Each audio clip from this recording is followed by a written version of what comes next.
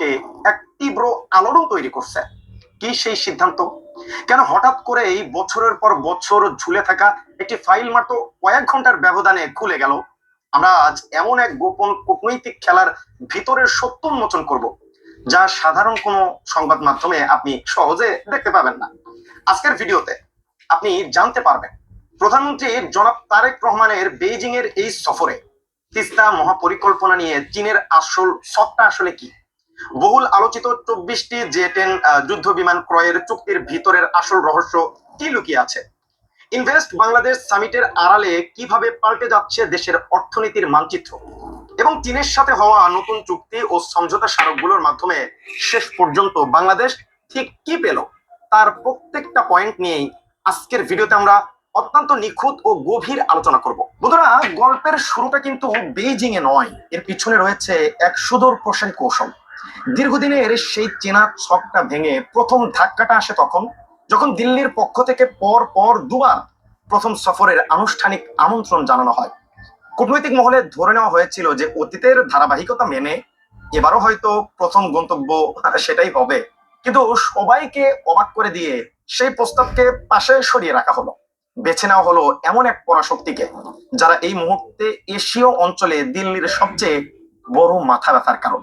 এই একটি মাত্র চাল পুরো আন্তর্জাতিক অঙ্গনে এক জোরালো বার্তা দিল, ঢাকা এখন আর কারো পিছনের দরজা দিয়ে বা ইশারায় চলবে না। কিন্তু প্রশ্নটা হলো, এই নাটকীয় পরিবর্তনের পেছনের আসল গেম প্ল্যানটা কি ছিল? এটা কি শুধুই একটা সাধারণ বিদেশ সফর, নাকি এর আড়ালে লুকিয়ে আছে কি এক বিশাল অর্থনৈতিক বা সামরিক সমীকরণ? প্রথমেই একটু আসেন তিস্তা নদীকে ঘিরে তৈরি হওয়া যে দীর্ঘদিনের দ্বন্দ্ব, বছরের পর বছর ধরে তিস্তা মহাপরিকল্পনা নিয়ে যে টানাপোড়েন চলছিল, তা এক ধাক্কায় যেন নতুন মোড় নিয়ে নিয়েছে আলহামদুলিল্লাহ। যে প্রকল্পকে রুখে দেওয়ার জন্য পর্দার আড়ালে নানা ভূ রাজনৈতিক ষড়যন্ত্রের গুঞ্জন ছিল, সেই তিস্তা মহাপরিকল্পনার ফাইল এক টেবিলের ওপর। আর সবচেয়ে বড় সত্য হলো, এই মেগা প্রজেক্টে বুক ফুলিয়ে বিপুল অর্থায়নে চূড়ান্ত প্রস্তুতি নিয়েছে চীন। তিস্তা নদী আমাদের রক্ত, আমাদের অধিকার, আর সেখানে চীনের এই সরাসরি সম্পৃক্ততা দিল্লির বুকে এক মৃদু ভূমিকম্প তৈরি করছে। শুধু তিস্তা না, চট্টগ্রামের আনোয়ারায় চীনা অর্থনৈতিক অঞ্চল এবং মোংলায় দ্বিতীয় অর্থনৈতিক অঞ্চলের কাজ যেভাবে ডানা মেলতেছে, তাকে বিশেষজ্ঞরা বলছেন যে লাল ড্রোনের ইনভেস্টমেন্ট সুনামি আর কি। তবে আসল টুইস্ট কিন্তু এখানেও না, এর সমান্তরালে রয়েছে দেশের আকাশ সীমা সুরক্ষার এক যুগান্তকারী সামরিক কৌশল। এবার আলোচনা করা যাক সেই হাই ভোল্টেজ সামরিক চুক্তি নিয়ে, যা এই মুহূর্তে আন্তর্জাতিক থিঙ্ক ট্যাঙ্কগুলোর আলোচনার কেন্দ্রে রয়েছে। চীন থেকে আধুনিক 24টি জে-10 সিই মাল্টি রোল ফাইটার জেট আনার চুক্তিটি একেবারে চূড়ান্ত পর্যায়ে চলে গেছে। এই ফাইটার জেটের নাম শোনার পর থেকেই প্রতিবেশী যে দেশ আছে, আমাদের দাদাবাবুদের দেশ, দিল্লির গণমাধ্যমগুলোতে যেন রাতের ঘুম উধাও হয়ে গেছে। টাইমস অফ ইন্ডিয়া থেকে শুরু করে এনডিটিভি, সবখানেই এখন একটাই প্রশ্ন ঘুরপাক খাচ্ছে, বাংলাদেশের আকাশে যদি এই 24টি আধুনিক যুদ্ধ বিমান উঠতে শুরু করে, তবে এই অঞ্চলে সামরিক ভারসাম্যের আসলে কি হবে? এতদিন যারা চোখ রাঙানি আর ধমকানির নীতিতে বিশ্বাস করত, তারা হঠাৎ করেই এক চরম নমনীয় অবস্থান নিতে বাধ্য হয়েছে আলহামদুলিল্লাহ। একে হয়তো বলে খাঁটি কূটনৈতিক আধিপত্য। যে দেশটা গত 2 বছর ধরে বাংলাদেশের জন্য ভিসা প্রক্রিয়া প্রায় বন্ধ করে রাখছে, এক ধরনের অনীহা প্রকাশ করছিল তারা, হুট করে এখন তারা ঠিক এই চীন সফরের সময়ই সম্পূর্ণ নিজে থেকে এই ঘোষণা দিয়ে দিয়েছে যে আগামী 28শে জুন থেকে আবারও ভিসার আবেদন নেওয়া শুরু হবে, এবং 1 জুলাই থেকে ভিসা দেওয়া শুরু করবে তারা। আগে যেখানে ঢাকাকে অনুরোধ করতে হতো, আজ সেখানে দিল্লি নিজেই সম্পর্ক জোড়া লাগাতে মরিয়া হয়ে উঠছে, মাশাআল্লাহ।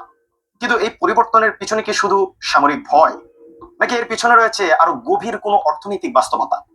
আসল বাস্তবতা হলো, কূটনীতি শুধু যুদ্ধ বিমান দিয়ে চলে না বন্ধুরা, এর জন্য প্রয়োজন অর্থনৈতিক ভিত্তি। আর সেই ইনভেস্টমেন্টের আসল সত্যটা লুকিয়ে আছে বেইজিং এর বুকে আয়োজিত হাই ভোল্টেজ কনফারেন্সে।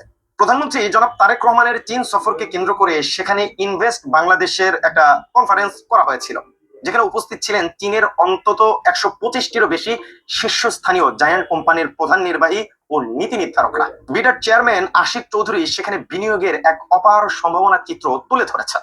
তবে এখানে একটি বড় প্রশ্ন সবার মনে ঘুরপাক খাচ্ছে এবং দ্বন্দ্বেরও সৃষ্টি হয়েছে।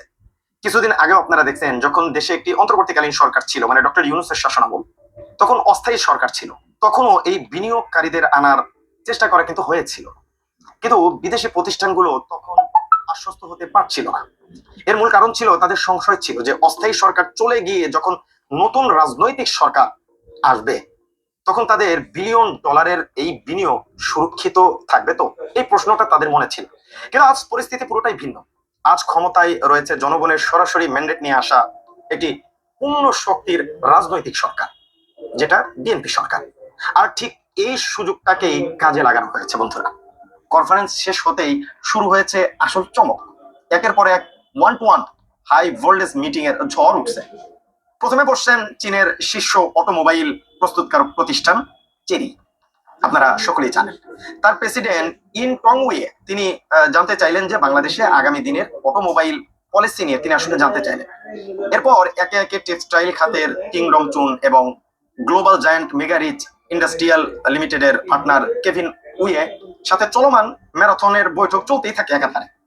একদিনও হয়তো বিলিয়ন ডলারের চেক টেবিলে আসবে না, কিন্তু বিদেশে ইনভেস্টমেন্ট অফিস চালু করার এই সাহসী উদ্যোগ এবং ব্যবসায়ীদের সাথে সরাসরি এই মুখোমুখি সংলাপকে বিশেষজ্ঞরা বলছেন এটি খাঁটি পলিটিক্যাল মাস্টার স্ট্রোক।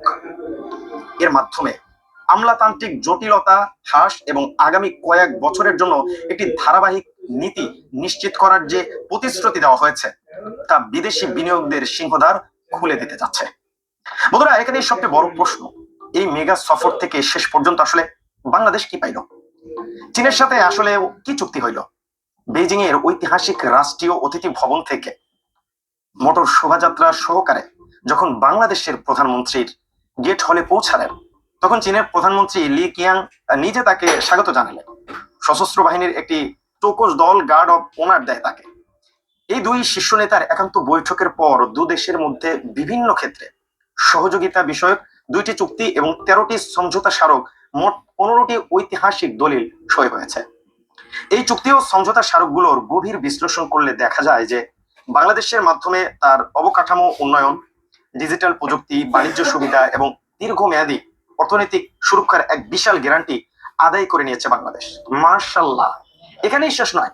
আজ রাতে রয়েছে চীনের প্রেসিডেন্ট শি জিনপিং এর সঙ্গে সেই বহুল প্রতীক্ষিত দ্বিপাক্ষিক বৈঠক, যা সম্পর্কের গভীরতাকে আরো এক ধাপ উঁচুতে নিয়ে যাবে ইনশাআল্লাহ। এখন প্রশ্ন হচ্ছে, এই যে একের পর এক ধামাকা, এই যে নিজেদের নদী নিয়ে নিজেদের প্রজেক্ট নিয়ে অন্য কারো প্রেসক্রিপশন ছাড়া স্বাধীনভাবে সিদ্ধান্ত নেওয়ার সাহসিক পদক্ষেপ, এটা কি তবে নতুন বাংলাদেশের আসল চেহারা? আমরা কি তবে চিরতরে পুতুল নাচের সেই চেনা সুতোটা কেটে বের হয়ে আসতে পেরেছি, নাকি এই বিশাল ভূরাজনৈতিক খেলায় সামনে অপেক্ষা করছে আরো বড় কোনো আন্তর্জাতিক চাপ বা নতুন কোনো ঝুঁকি? বাংলাদেশ ও চীনের এই ঐতিহাসিক কৌশলগত অক্ষ তৈরি হওয়া এবং দিল্লির এই আচম্বিক নমনীয়তা প্রমাণ করে যে বিশ্বমঞ্চে এখন এক নতুন বাংলাদেশের উদয় হয়েছে বন্ধুরা, যা আত্মবিশ্বাসী এবং সরাসরি কথা বলতে সক্ষম। আপনার কি মনে হয়, চীন ও বাংলাদেশের এই নতুন সমীকরণ কি আসলেই আমাদের পূর্ণ অর্থনৈতিক স্বাধীনতা এনে দিতে পারবে?